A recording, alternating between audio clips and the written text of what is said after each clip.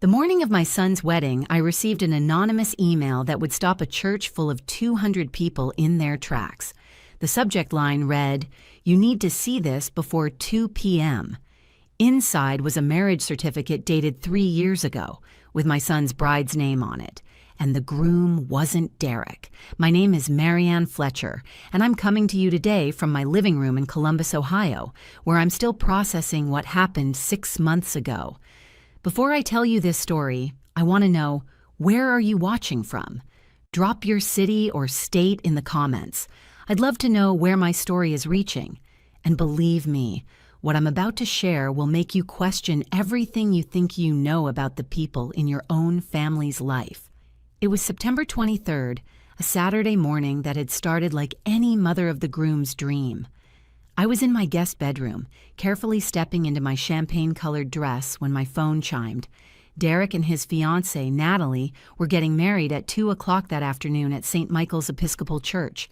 The rehearsal dinner the night before had been perfect. She'd seemed sweet, grateful, everything a mother could want for her son. The email came from an address I didn't recognize, just a string of numbers and letters at a Gmail account. No message in the body, just an attachment labeled Natalie Morrison Marriage License PDF. My first thought was spam. My second thought was a cruel prank.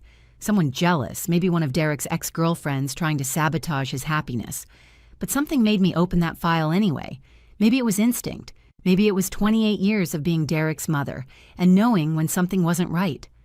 The document loaded slowly on my phone screen, and when it did, my breath caught in my throat. It was a marriage certificate from Clark County, Nevada. The bride's name, Natalie Jean Morrison. The same full name as my future daughter-in-law. Date of marriage, June 14th, 3 years ago. The groom's name, Marcus Chen, age 34. I sat down on the edge of my bed, my dress half-zipped, staring at this document. The seal looked official. The signatures looked real. The certificate number was right there at the top. This wasn't some Photoshop job made by a jealous ex. This looked legitimate. My hands were shaking as I forwarded the email to my brother, Thomas, who's a paralegal in Cleveland. I typed, "Can you verify if this is real? Urgent." Then I looked at the clock. It was 9:47 in the morning. The wedding was in 4 hours and 13 minutes. I tried to breathe. I tried to think logically. There had to be an explanation. Maybe Natalie had been married before and gotten divorced. Maybe she just hadn't told Derek. People keep secrets about their pasts sometimes, right? But even as I tried to rationalize it, something cold settled in my stomach. If she'd been divorced, why hide it? And if she hadn't been divorced, if she was still legally married to this Marcus Chen, then my son was about to commit bigamy without even knowing it. I called Thomas directly. He answered on the second ring, his voice still thick with sleep. "Marianne, it's Saturday morning. What? Did you get my email?" I interrupted. "I need you to look at something right now. Derek's wedding is today." I heard rustling, the sound of him sitting up. Okay, hold on. Let me open my laptop." The next 3 minutes felt like 3 hours. I paced my guest bedroom, listening to Thomas typing, clicking, breathing. My reflection in the mirror showed a woman I barely recognized. Hair done, makeup perfect, face completely drained of color. "Marianne?" Thomas said finally, and his tone made my heart sink. "This certificate number is real. I checked it against the Clark County database. A marriage license was issued to these 2 people on this date, and there's no divorce filing attached to this record." The room tilted. I grabbed the dresser to steady myself. "Are you absolutely certain?" "I'm looking at the Clark County Clerk's website right now. Unless someone has hacked into Nevada's government database, which I seriously doubt, this is legitimate. Natalie Morrison married Marcus Chen 3 years ago in Las Vegas, and according to public records, they never legally dissolved that marriage." My mind was racing. What do I do? The wedding is in 4 hours. There are 200 people coming. Derek doesn't know. He can't know. If he knew she was already married, he never would have. "You need to stop this wedding," Thomas said firmly. If Derek goes through with this ceremony, he could face legal consequences. Bigamy is a felony, Marianne. Even if he doesn't know about it, it's still a crime on paper. But how do I stop it? Do I just stand up and object when the priest asks? Do I pull Derek aside and show him this on my phone? He'll think I'm trying to sabotage his happiness. He'll think I'm some controlling mother who can't let go. You need a lawyer, Thomas said, and probably law enforcement. This isn't about objecting during a ceremony. This is about preventing a legal document from being filed that would be fraudulent. You need someone official who can stop the marriage license from being processed. I looked at the clock again. 9:58. Who do I call? I don't even know where to start. Janet Reeves, Thomas said immediately. She's a family law attorney in Columbus. We went to college together. She's tough and she's fast. I'll text you her cell number right now. Tell her I sent you and that this is an emergency. The text came through 30 seconds later. I stared at the number, my thumb hovering over the call button. This was real. This was actually happening. In less than 4 hours, my son was supposed to marry a woman who was already someone else's wife, and I was the only person who knew. I pressed the call button. Janet Reeves answered on the third ring. This is Janet. My name is Marianne Fletcher. Thomas Monroe gave me your number. I need help, and I need it in the next 4 hours. My son is about to marry a woman who's already legally married to someone else. There was a pause. Then, where are you right now? I'm at my house on Maple Drive, I said, my voice steadier than I felt. The wedding is at St. Michael's Episcopal Church at 2 o'clock this afternoon. I can be at your house in 20 minutes, Janet said. Don't call your son yet. Don't call the bride. Don't call anyone until I get there and we figure out the best approach. Do you have proof? I have a marriage certificate that was emailed to me anonymously this morning. My brother verified it's legitimate through the Clark County database. Forward it to me right now, she said, rattling off her email address. I'm getting dressed as we speak. Have you had coffee? No, I can't think about coffee right now. Make some anyway. You're going to need to be sharp. I'll see you in 20 minutes, Marianne. She hung up. I sent the email immediately, then walked downstairs on legs that felt like they belonged to someone else. My husband Frank was in the kitchen reading the newspaper, already dressed in his tuxedo for the wedding. He looked up with a smile that faded the moment he saw my face. Marianne, what's wrong? You look like you've seen a ghost. I showed him the email without saying a word, watched his expression change as he read the certificate, watched the confusion turn to shock, turn to anger. This has to be fake, he said, but his voice had no conviction. Someone's trying to mess with us. Someone's trying to ruin Derek's wedding day. Thomas verified it. It's real. She's still married to this Marcus Chen person, and Derek has no idea. My voice cracked on my son's name. Frank, what are we going to do? He set down the certificate and pulled me into his arms. We stood there in our kitchen, both of us dressed for a wedding that might not happen, holding each other like the floor might give way beneath us, and in a way it had. We tell him, Frank said quietly. We show him the proof, and we let him make the decision. There's no decision to make, I said, pulling back. If he marries her today, he's committing bigamy. Even if he doesn't know it, even if she's the one who lied, he could face criminal charges. And what kind of woman does this? What kind of person plans an entire wedding, accepts an engagement ring, tells someone she loves them, all while she's legally married to someone else? The doorbell rang at 10:17. Janet Reeves stood on our front porch with a briefcase in one hand and her phone in the other. She was probably in her mid-50s with short gray hair and the kind of direct gaze that made you feel like she could see through walls. "Show me everything," she said, walking straight to our kitchen table. No small talk, no pleasantries, just business. I pulled up the email on my phone.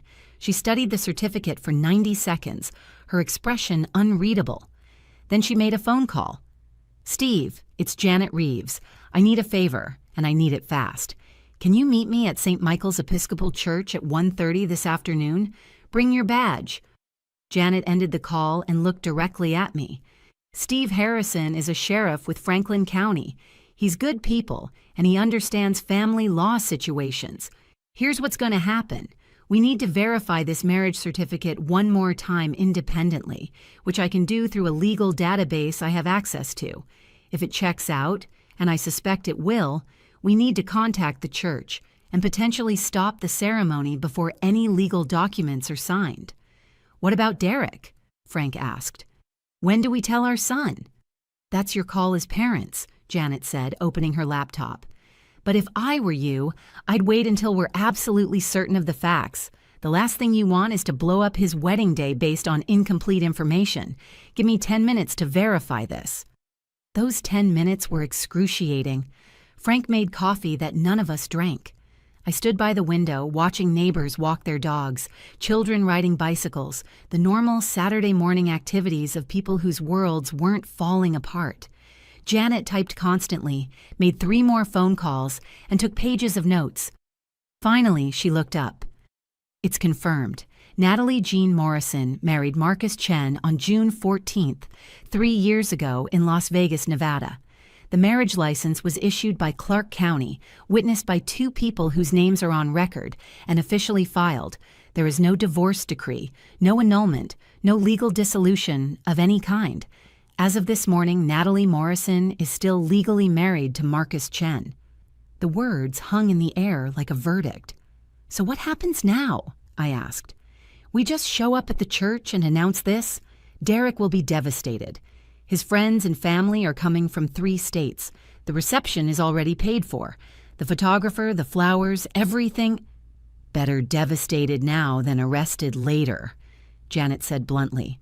Marianne, I know this is painful, but if Derek signs that marriage license today, he will be committing bigamy under Ohio law. That's a first-degree misdemeanor which carries up to 6 months in jail and a $1,000 fine. Even if he had no knowledge of Natalie's previous marriage, the law doesn't care. The document would be fraudulent, and he'd be liable. Frank put his head in his hands. How did we not know? How did this woman fool all of us? She's been around for 1.5 years. She came to Thanksgiving, Christmas, Easter. She sat in this kitchen and talked about her childhood, her parents who died in a car accident, her sister in California. Was all of that a lie too? I don't know, Janet said. But we need to find out who sent you this email and why. Someone out. There knows about Natalie's marriage and wanted you to have this information specifically today. That's not random. That's intentional. She was right. The timing was too perfect, too deliberate. Someone had waited until the morning of the wedding to drop this bomb. Not yesterday during the rehearsal dinner. Not last week when there would have been time to investigate quietly. Today, when it would cause maximum chaos and maximum pain. Do you think Marcus Chen sent it? I asked. Her real husband? Janet shook her head slowly. I don't know. It's possible. But that email address is a burner account, just random numbers and letters. Whoever sent this didn't want to be traced. They wanted the information to come out, but they didn't want to be connected to it. Could it be someone from Derek's past? Frank suggested. An ex-girlfriend who's jealous? Or someone from Natalie's past, I said. Someone who knows what she's done and thinks Derek deserves to know before he makes the biggest mistake of his life. Janet closed her laptop. Here's what I recommend. At 1:30, you, me, Frank, and Sheriff Harrison meet at the church before guests start arriving. We'll speak with the priest or whoever is officiating the ceremony. We'll show them the evidence. They have the legal right and moral obligation to refuse to perform a ceremony if they know one party is already married. Then we'll need to tell Derek. My stomach turned over. He's going to hate me. He's going to think I'm trying to control his life, that I never approved of Natalie, that I'm making this up to stop the wedding. Then we'll show him the proof, Janet said firmly. Marianne, you're not the villain here. Natalie is. She's the one who lied to your son. She's the one who accepted his proposal knowing she was already married. She's the one who planned an entire wedding knowing it was illegal. You're trying to protect him from serious legal consequences and a lifetime with someone who's capable of this level of deception. Frank stood up. I'll get dressed in something more practical than a tuxedo. If we're going to do this, we're going to do it right." He paused at the doorway and looked back at me. "Marianne, you saved our son today. Remember that. Whatever happens next, you saved him." After Frank left the room, Janet leaned forward. "I need to ask you something. Do you have any way to contact Marcus Chen? Because if we're going to confront Natalie at the church, having her actual legal husband there would make things pretty cut and dry." I stared at her. "I don't even know how to find him. All I have is his name on a marriage certificate." "Let me make some calls," Janet said, pulling out her phone again. "If he's still in Nevada, I have contacts out there who might be able to track him down. At minimum, we need to know if he's aware that his wife is about to commit bigamy in Ohio." While Janet worked her phone, I went upstairs and changed out of my hours ago, smiling like nothing in the world was wrong, like she hadn't just destroyed everything. The urge to slap her was so strong I had to grip the door frame to keep my hands steady. "Morning," I said, forcing my voice to sound normal. "Yeah, I'm up, just nervous, you know." She pulled me into a hug. I stood there stiff as a board, her vanilla perfume making my stomach turn. "Oh, honey, that's completely normal. Every bride gets nervous, but today's going to be perfect, I promise." Perfect. Right. I pulled away, excusing myself to shower. I locked the bathroom door and stood under the hot water until my skin turned pink, scrubbing and scrubbing like I could wash away what I'd seen. But it didn't work. The image was burned into my brain. My mother's laugh, Daniel's bare chest, the casual intimacy of it all. How long had this been going on? Weeks? Months? Had it started before Dad died or after? Was I the idiot who'd brought them together? I'd introduced Daniel to my family last year at Thanksgiving. Mom had liked him immediately, said he was charming and thoughtful. He'd helped her clean up after dinner. They'd talked about his work, about the housing market, about nothing and everything. Had they been planning this even then? The worst part wasn't even the betrayal itself. It was the performance. The way they'd both looked me in the eye, day after day, pretending. Mom helping me address invitations. Daniel and I picking out cake flavors. Sunday dinners where all three of us sat around the table like a normal family. They'd lied with such ease, such confidence. And they thought I'd never find out.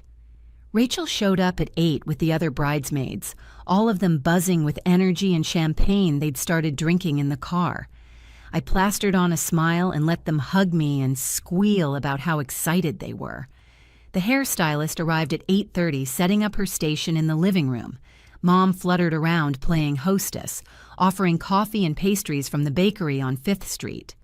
I watched her, really watched her. The way she moved, the way she laughed with my friends, the way she kept catching my eye and smiling like we were sharing some special mother-daughter moment. She'd always been good at this, at being the perfect mom. After Dad died, she'd been the strong one, the one who held it together while I fell apart. She'd planned the funeral, handled the life insurance, kept the house running. Everyone in town talked about how amazing she was, how devoted to her daughter. What a joke. "Your mom is seriously the sweetest," Rachel whispered to me, while the stylist pinned my hair up. "I hope I'm half as close with my daughter someday." I smiled and nodded, my jaw aching from holding the expression. "Yeah, she's something else." My phone kept buzzing. Daniel sending photos of him and his groomsmen getting ready at his apartment. Him in his tux, looking handsome and happy. His best man, Kyle, making a stupid face in the afternoon sun. Old stone walls covered in ivy. Stained glass windows glowing with color. White roses lining the walkway to the entrance. It should have been perfect. Instead, it felt like we were driving to a funeral. Sheriff Harrison was waiting in the parking lot, a tall man in his late 40s with kind eyes and a serious expression. He shook our hands and listened while Janet briefed him on everything we knew. Then he said the words I'd been dreading. "You need to tell your son before we talk to anyone else. He deserves to hear this from you, not from me and not from some priest." "He's inside getting ready," I said, my voice barely above a whisper. "He's probably putting on his boutonniere right now. He's probably thinking about his vows and how happy he is." Then we need to go inside, Frank said, taking my hand. We need to do this now. The church side room smelled like furniture polish and old hymn books. Frank and I walked down the hallway toward the room where Derek was getting ready with his best man and groomsmen. We could hear laughter inside, music playing, the sound of young men celebrating what should have been one of the happiest days of their lives. Frank knocked. "Derek, it's Dad. Can we talk to you for a minute? Alone?" The door opened, and there was my son. 26 years old, wearing his tuxedo, his face bright with joy. He looked so much like Frank had looked on our wedding day, nervous and excited and completely, beautifully happy. "Mom, Dad, you're here. Wait until you see how everything turned out. The flowers are incredible. And Natalie's dress—" He stopped, really looking at us for the first time. "What's wrong? Why do you both look like that?" "We need to talk to you," I said. "It's important. Can you come with us somewhere private?" His smile faded. "Is someone hurt? Did something happen to Aunt Marie?" "No one's hurt," Frank said, "but we need to show you something, right now before the ceremony." We led him to an empty Sunday school classroom down the hall. Janet and Sheriff Harrison were waiting outside, giving us privacy for this moment. Derek looked from me to Frank, his expression shifting from confusion to concern to the beginning of fear. "You're scaring me," he said. "What's going on?" I pulled out my phone and opened the email. My hands were shaking so badly I almost dropped it. "This morning I received an anonymous email. I need you to look at something, and I need you to really look at it before you say anything." I handed him the phone, watched him read the subject line, watched him open the attachment, watched his face change as he understood what he was seeing. "This is Natalie's name," he said slowly. "But this says she got married 3 years ago. This has to be fake. Someone's playing a prank or trying to mess with us because they're jealous or—" "It's real," Frank said gently. "We had it verified by a lawyer and by the county records office in Nevada. Derek, Natalie is still legally married to a man named Marcus Chen. She never got divorced. The marriage is still active." Derek shook his head, backing away from us. No, that's not possible. Natalie would have told me. We've been together for 1.5 years. She would have mentioned if she was married before. People don't just hide something like that." "Some people do," I said, my voice breaking. "And she did. Derek, we have a lawyer and a sheriff here right now. We have documentation from Marcus Chen's attorney showing that he's been trying to divorce Natalie for 2 years, and she's been avoiding it. This isn't a mistake or a misunderstanding. She lied to you." "Why?" he whispered. "Why would she do this? She loves me. She said yes when I proposed. She planned this whole wedding with me. Her sister is here, her friends are here." He stopped. "Wait, has she been lying about her family too?" Frank and I exchanged a glance. We hadn't even thought about that. If Natalie had lied about being married, what else had she lied about? "I don't know," I admitted. "But Derek, there's more. According to Marcus Chen's lawyer, Natalie did this before. She was engaged to someone else in California 2 years ago, while she was still married to Marcus. This is a pattern for her." Derek sat down hard in one of the small Sunday school chairs. He looked like a child suddenly, lost and confused, his tuxedo too formal for the moment, his face too pale for someone who should have been beaming with happiness. "I need to talk to her," he said. "I need to hear her explain this. There has to be a reason. Maybe Marcus is lying. Maybe he's trying to get back at her for something. Maybe—" "Derek," Frank said, kneeling in front of him, "listen to me. If you marry Natalie today, you will be committing bigamy. That's a crime. Even if you didn't know, even if she lied to you, the legal document would still be fraudulent. We're trying to protect you from serious consequences here." "I don't care about consequences." Derek stood up, his voice rising. "I love her. I've been planning this day for 8 months. Everyone I know is showing up in 45 minutes to watch me marry the woman I love, and you're telling me it's all a lie? Based on an anonymous email?" "Based on verified court records," I said firmly. "Derek, I know this hurts. I know you don't want to believe it. But we have a sheriff outside who can confirm everything we're telling you. We have documentation. We have proof." He stared at me with eyes that looked exactly like they had when he was 7 years old and found out his dog had died. Betrayed, heartbroken, angry at the world for being cruel. "You never liked her.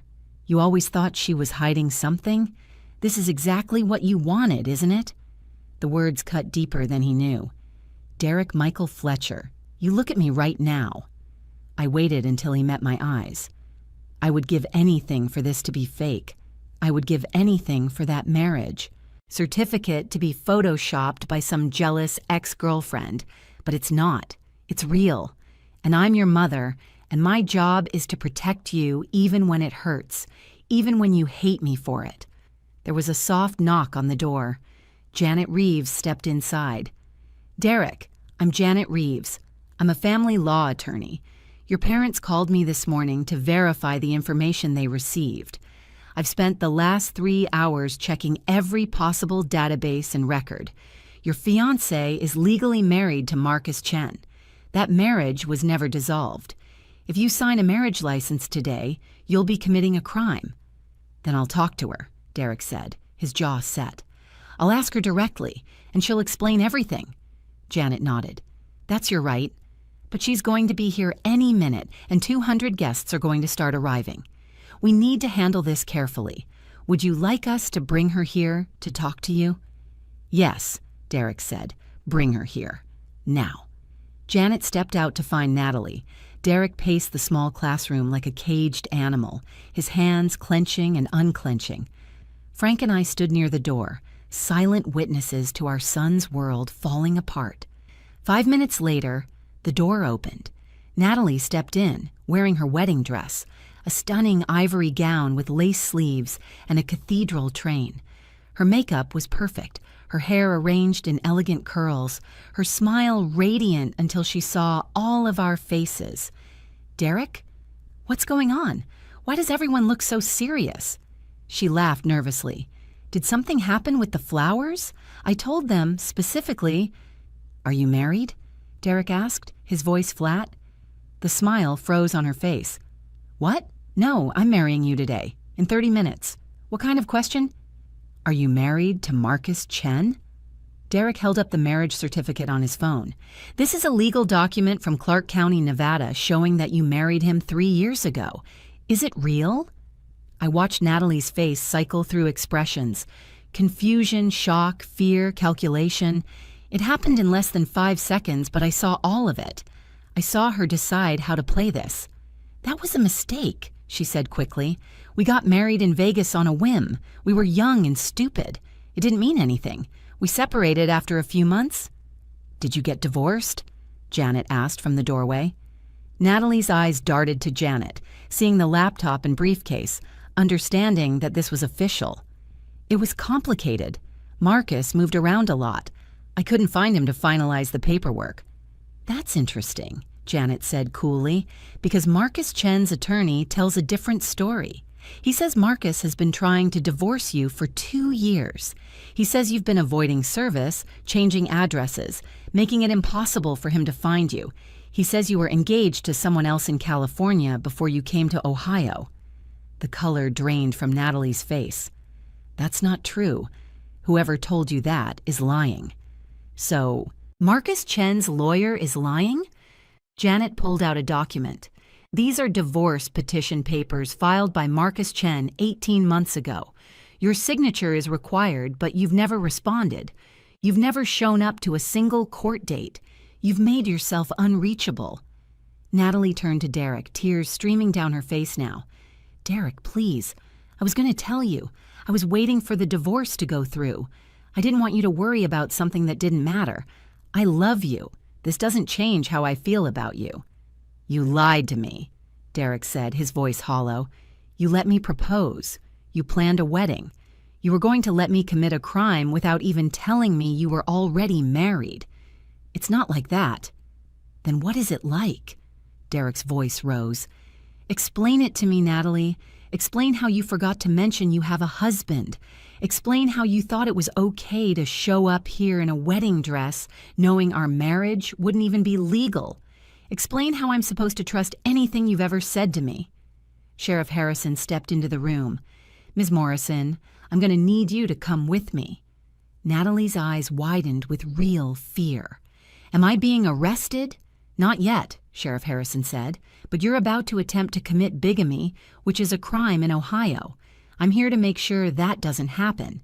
You need to leave this church immediately, and you need to understand that if you attempt to file any marriage documents with Derek Fletcher's name on them, you'll face criminal charges." "Derek?"